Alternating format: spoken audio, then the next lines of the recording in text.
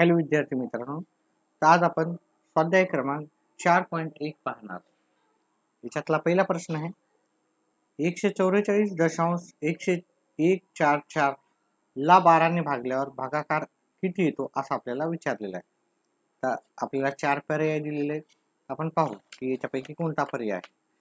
हा प्रश्न लिहून घेतो. पहिले 144.144 12. पहा, आपण एका संख्येला भाग देऊ. 12 दोन्ही 24.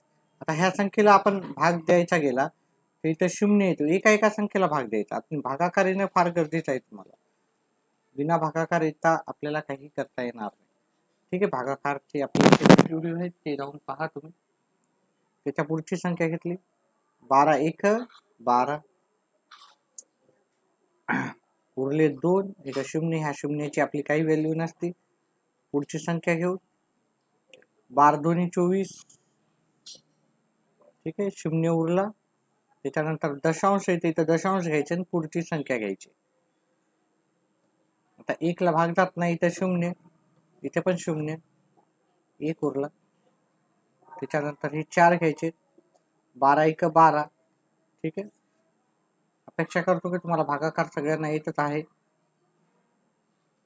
12 दोन्ही 24, 0 0. आता जर इथं पाहिलं तर इकडच्या शून्याला काही व्हॅल्यू नसते, पण मधात जे पण 0 येतात त्याला व्हॅल्यू राहते. म्हणजे आपलं उत्तर काय आलेलं आहे 12.012. 12.012 आपल्याला उत्तर आलेलं आहे. जे की आपण जर पर्याय पाहिला तर पर्याय क्रमांक 2 मध्ये 12.012 या सुरुवातीच्या शून्याला आपल्याला काही व्हॅल्यू नसते, त्याच्यामुळे ते लिहायचं नाही. तर पर्याय क्रमांक बी आपलं उत्तर करेक्ट राहणार आहे.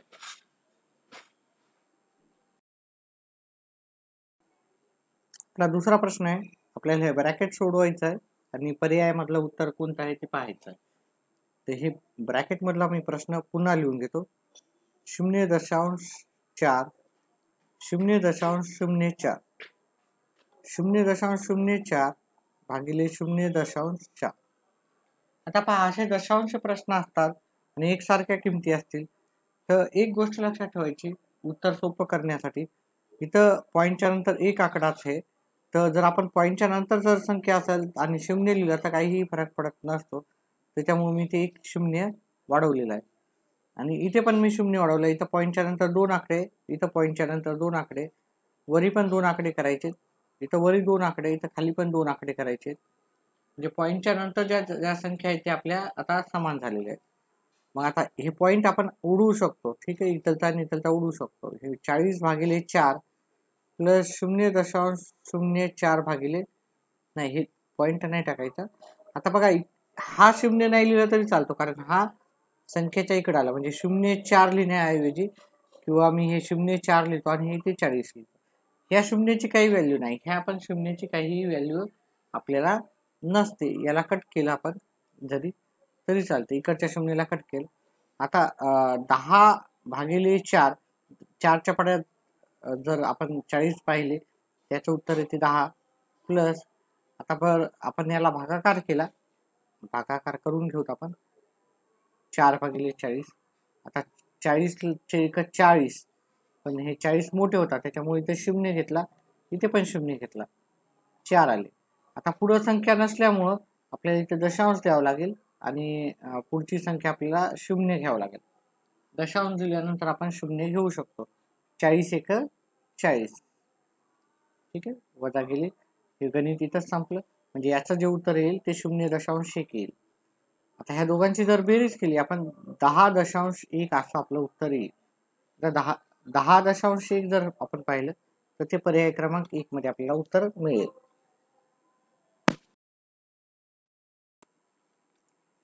आपला पुढचा प्रश्न आहे तिसरा 6.666 6.66 आणि 6.06 यांची बेरीज किती येते. पर्याय दिलेले, पण आपण याची बेरीज याची पहिली मांडणी करू. 6.666 दशांशाखाली दशांश इकडची संख्या इकडं आणि इकडच्या इकडं, आणि ही पण मांडून घेऊ. आपण उत्तर काढायचा प्रयत्न करू. तिथे 6 येते, हे 6 18, 7 1, साई दोन्ही 12 ने 13, हातचाला 1, 18 ने 19, दशांशला दशांश म्हणजे आपलं उत्तर यायला पाहिजे 19.386. 19.386 आपल्याला पर्याय क्रमांक 2 मध्ये मिळतं. आणि अशा प्रकारे हा अतिशय सोपा प्रश्न आपल्याला असे प्रश्न येऊ शकतात परीक्षेला, तर याची प्रॅक्टिस आपल्याला जास्तीत जास्त करायची.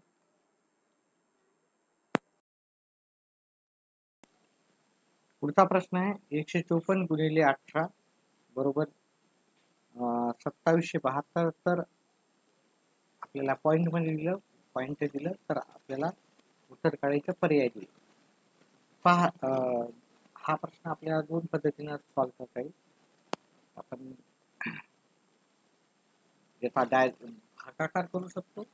भागाकार करताना आपल्याला काय करू शकतो आपण, भागाकार करताना लक्षात ठेवा हे 27.72 आहे, पॉईंट 18. हा पॉईंट उडवायचा असेल मला, म्हणजे पॉईंट ठेवायचा नसले, हे 18 ठेवायचे असते.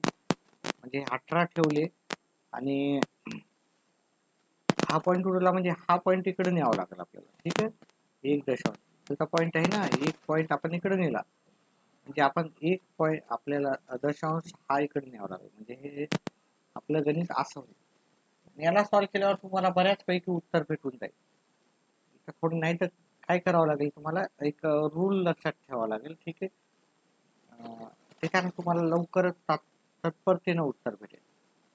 आपले हे दिलेलं आहे 2772 आणि इथं भागाकार दिलेला आहे. म्हणजे भागाकार म्हणजे हे जर आपण इकडे नेलं 2772 भागिले 18 हे 154 याचं उत्तर येणार. गुणाकाराच्या इकडे जाऊन काय होतं भागाकार. आता जर इथं एक गोष्ट लक्षात ठेवली, इथं पॉईंटच्या नंतर 2 इथं आपल्याला पाहिजे, इथं 2 पहा इथं पॉईंटच्या नंतर 2 आकडे आहेत, पॉईंटच्या नंतर 2 आकडे म्हणजे इथं 2 आकडे आहेत. मग हे उत्तर पण काय होईल, पॉईंटच्या नंतर 2 आकड्याच्या इकडे जाईल. ठीक आहे, पॉईंटच्या इथं जर 2 आकडे असतील तर इथं पण 2 आकड्यावर त्याचं उत्तर आहे. ठीक आहे, कारण इथं पॉईंट नव्हता, पहिलं तर पॉईंट नव्हता. मी वेगळ्या पद्धतीने करतो, हे राहू देतो. ही पहिली आपली इक्वेशन 154 आणि 2772 आणि 18. आपण इथं काहीच पॉईंट नाहीये, पण आपल्याला काय पाहिजे, इथं जर प्रश्नामध्ये जर पाहिलं आपण तर आपल्याला इथं 27.72 आहे. म्हणजे आपल्याला 27.72 इथं पाहिजे, म्हणजे 1-2 नंतर इथं पॉईंट पाहिजे. मग आपलं उत्तरामध्ये पण 1 आणि 2 इथं पण पॉईंट आहे. पण जर आपण छेदस्थानी पाहिलं, इथं छेदस्थानी पण 1 अंक सोडल्यावर पॉईंट आहे. छेदस्थानी 1 अंक, म्हणजे छेदस्थानी जर असेल तर हा पॉईंट इकडच्या इकडे जातो, हा पॉईंट रिव्हर्स गेसला जातो. ठीक आहे, अंशस्थानी असलं तर सरळ जातो, जिकडं आहे इकडच्या इकडे जातो. छेदस्थानी असेल तर इकडे असेल तर त्या उलट जातो. म्हणजे आपला हा एक तर तुम्ही याचं गणित करून पण करू शकता, 18 हे आपलं उत्तर काय येईल, मग हे 15.4 उत्तर येईल, 15.4. किंवा असंही करू शकतो, 18 उरले 9, इथं 18 इथं 5 लिहिले. सरळ सरळ आहे ना सगळ्या गोष्टी. दशांश नंतर इथे दशांश नंतरची संख्या 1872, सरळ सरळ उत्तर आहे की नाही, काही गरज नाही. हे डायरेक्ट उत्तर आलं. फक्त एवढं लक्षात ठेवायचं की कुठं काय लिहायचं, डायरेक्ट उत्तर करा, काही हरकत नाही, उत्तर भेटून जाईल. जास्त कन्फ्युजन मध्ये राहायचं नाही आपल्याला. ठीक आहे, कारण आपल्याला एक मार्क तिथं महत्वाचा असणार आहे. पुढचा प्रश्न पाहू. व्हिडिओ समजत असेल तर व्हिडिओला लाईक आणि चॅनलला सबस्क्राईब नक्कीच करा. आपला पुढचा प्रश्न आहे, आपल्याला समीकरण दिलेलं आहे, त्याचं उत्तर काढायचं आहे. याचं उत्तर सोडवायचं आहे आणि काढायचं आहे. तर याला सोडवून घेऊत आपण. 7.2 प्लस 4.8 5.6 वजा 3.2. ह्या दोघांची बेरीज पहिले बघा, भागाकार करायचा नसतो, हे छेदस्थानी असलं म्हणजे भागाकार असतो. भागाकार न करता आपल्याला काय करायचं, हे पहिले सोडवायचं. जे 7.2 अधिक 4.8 जर याचं उत्तर केलं, हे ते 10 आणि हाताला 1 12 इथं पॉईंट दशांशला दशांश म्हणजे पॉईंटच्या नंतर दशांश असेल तर लिहायची गरज नाही, 12 इथे याचं उत्तर. आणि हे उत्तर आपण सोडवलं म्हणजे 5.6 वजा 3.2 हे 4 येईल, पॉईंटला पॉईंट हे 2 येईल, म्हणजे 2.4.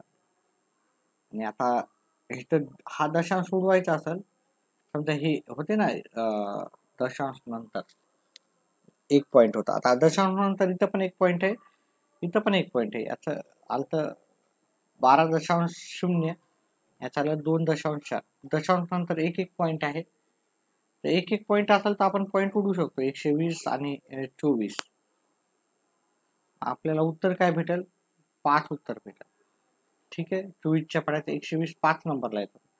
हे बघा, दशांश नंतर शून्याची काही व्हॅल्यू नसते, दशांश नंतर शून्याची इथे काही व्हॅल्यू नाही, त्याच्यामुळे पर्याय क्रमांक डी आपलं उत्तर राहणार आहे. व्हिडिओ आवडत असेल तर व्हिडिओला लाईक आणि चॅनलला सबस्क्राईब करा. प्रश्न क्रमांक 6 पाहू.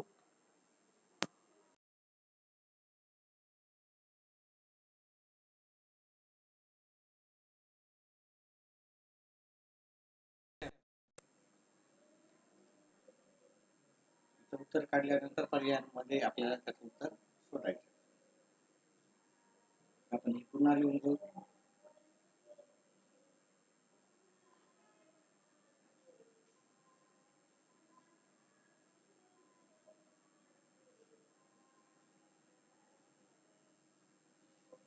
हे लिहून घेतले. ठीक आहे, बघा 0.3 आणि 0.8 हे काय झालेलं आहे, हे 0.8 हे झाले 0.8, 0.8 भागिले आपण म्हणू शकतो 0.2. ठीक आहे ना, मोठा भागाकाराचे चिन्ह भागाकारला आपण असं पण लिहू शकतो. ठीक आहे, 0.5 झाले, 0.5 आणि इथं पण किती 0.5. आता हे सारख्याच संख्या आहे दोन्ही पण, तर मग याचं उत्तर येते हे, आणि त्याचा पॉईंट उडवून टाका, म्हणजे काढून टाका. पॉईंटच्या नंतर एक आकडा आहे, पॉईंटच्या नंतर इकडे पण एक आकडा, पॉईंट लिहायची काही गरज नाही. 2च्या पाड्यात 8 येतात 4 नंबरला, वरचं उत्तर 4 आहे, वरचं उत्तर 4 आहे, खालचं उत्तर 1 आहे.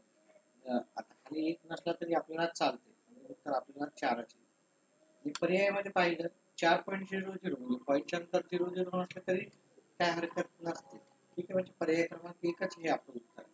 ठीक आहे, पुढे जायची गरज नाही. अशा प्रकारे आपण प्रश्न क्रमांक 6 पाहिला. करतो काय केलं, हे 0.3 आणि 0.5 हे केलेलं आहे, भागाकार 0.2, हे 0.2, हे सगळा प्रश्न मी लिहून घेतलेला आहे. या दोघांची बेरीज केली तर हे बघा एकाखाली एक लिहिली, हे ह्या दोघांची बेरीज केली 0.8 आली, त्याच्या खाली लिहिली भागाकार, म्हणजे आपण खाली लिहू शकतो 2, आणि हे मोठा मी ही जी मोठी ही रेष आहे त्याला मोठी रेष घेतली. इथे पण ह्या दोघांची जर बेरीज केली तर 0.5 आणि इथं पण केलं तर 0.5. जर एक सारख्याच संख्या असतील आणि त्याला भागाकार करायचा असेल, त्याचं उत्तर एक येते. म्हणजे जसं की 5 2 3 5 ला 5 2 3 5 न भागाकार केला, त्याचं उत्तर येते एकच येते. त्याचप्रमाणे 0.5 आणि 0.5 हे जर भागाकार केलं त्याचं उत्तर एकच येणार. म्हणजे कोणत्याही संख्येला जर त्याच संख्येने जर भागाकार दिला त्याचं उत्तर एक येते. मग त्याचा अप्लाय करून मी हे याचं उत्तर एक केलं. इथलचे पॉईंट कट केले, हे झाले 8 आणि हे झाले 2.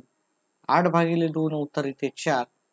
त्याचं उत्तर वरच्याचं 4 आलं, खालच्याचं 1 आलं. खाली 1 नसला तरी चालतो, 1 असला तरी चालतो, काही फरक पडत नाही. हे 4 आले, आणि मग याच्यासारखं जे उत्तर पाहिलं ते पर्याय क्रमांक 1 मध्ये होतं. व्हिडिओ आवडल्यास व्हिडिओला लाईक आणि चॅनलला सबस्क्राईब करा. पुढचा प्रश्न पाहू.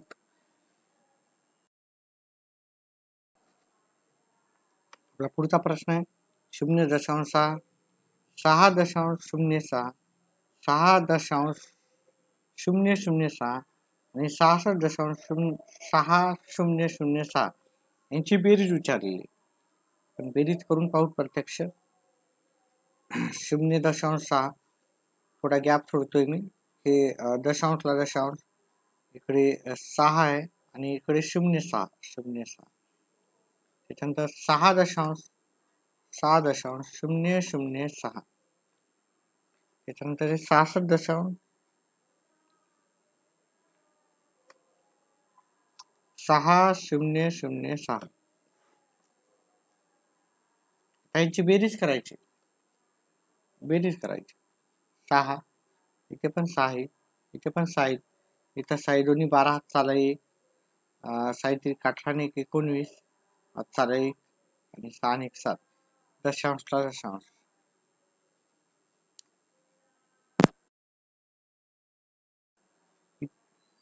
इथं आपलं थोडं गणित चुकलेलं आहे. 6.6 होतं, इथं 6.6 होतं. 6 चोक 24 आणि 25ला 5,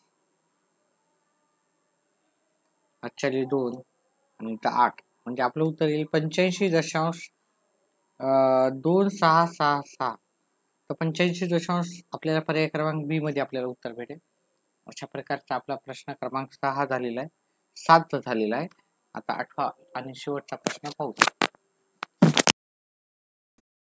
आपला पुढचा जो सध्या आहे क्रमांक 4.1 मधला शेवटचा प्रश्न आहे तो आपण पाहू.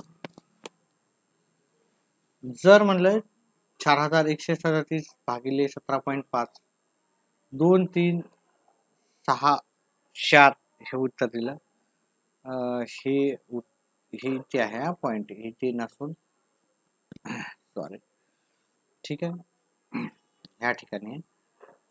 तर 41.37 भागिले 17 ची किंमत काढायची. म्हणजे आपण जर हे आपण एका खाली एक जर लिहिलं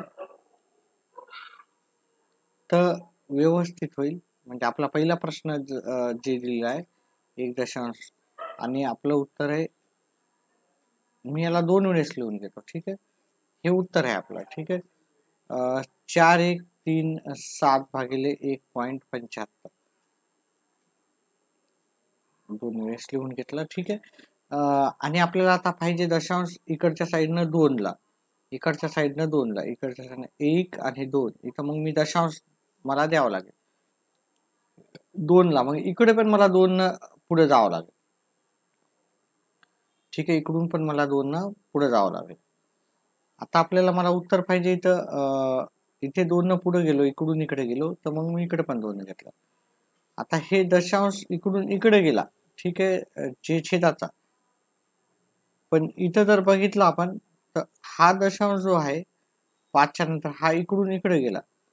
बघा छेदस्थानी असतो तो उलट जातो, इकडचा जातो. जर इकडे असेल छेदस्थानी तर इकडे जातो आणि इकडे असेल तर इकडे जातो. म्हणजे ठीक आहे, दशांश त्याप्रमाणे. आणि नाही तर भागाकार करू शकता. मग जर हा दशांश माझा जो आहे काय गेला की इथे होता तर इकडे गेला, तर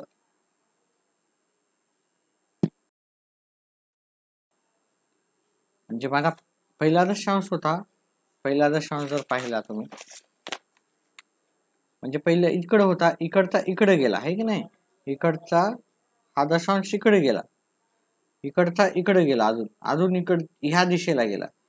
जर छेदस्थानचा इकडच्या साईडला गेला तर अंशस्थानचा जातो ह्या साईडला, ठीक आहे, अंशस्थानचा जातो हा साईडला. मग माझं जे उत्तर होईल ते हे दशांश इकडे जाईल, ठीक आहे. मग माझं उत्तर येईल 236.4 उत्तर येईल, ठीक आहे. नसलं तर तुम्ही काय करू शकता, याला सॉल्व करू शकता. म्हणजे हे उत्तर काय 41.37 आणि हे 175 ठीक आहे. इथलचा पॉइंट आपल्याला काढायचा आहे आणि हा पॉइंट काढून इथून इकडे ढकलायचा आहे. तुम्हाला उत्तर भेटून जाईल जे की मी सांगितलं 236.4 हे आपलं उत्तर येईल.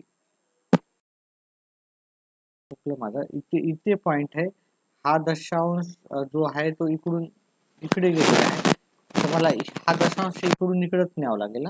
थोडं चुकी झालेली, ठीक आहे.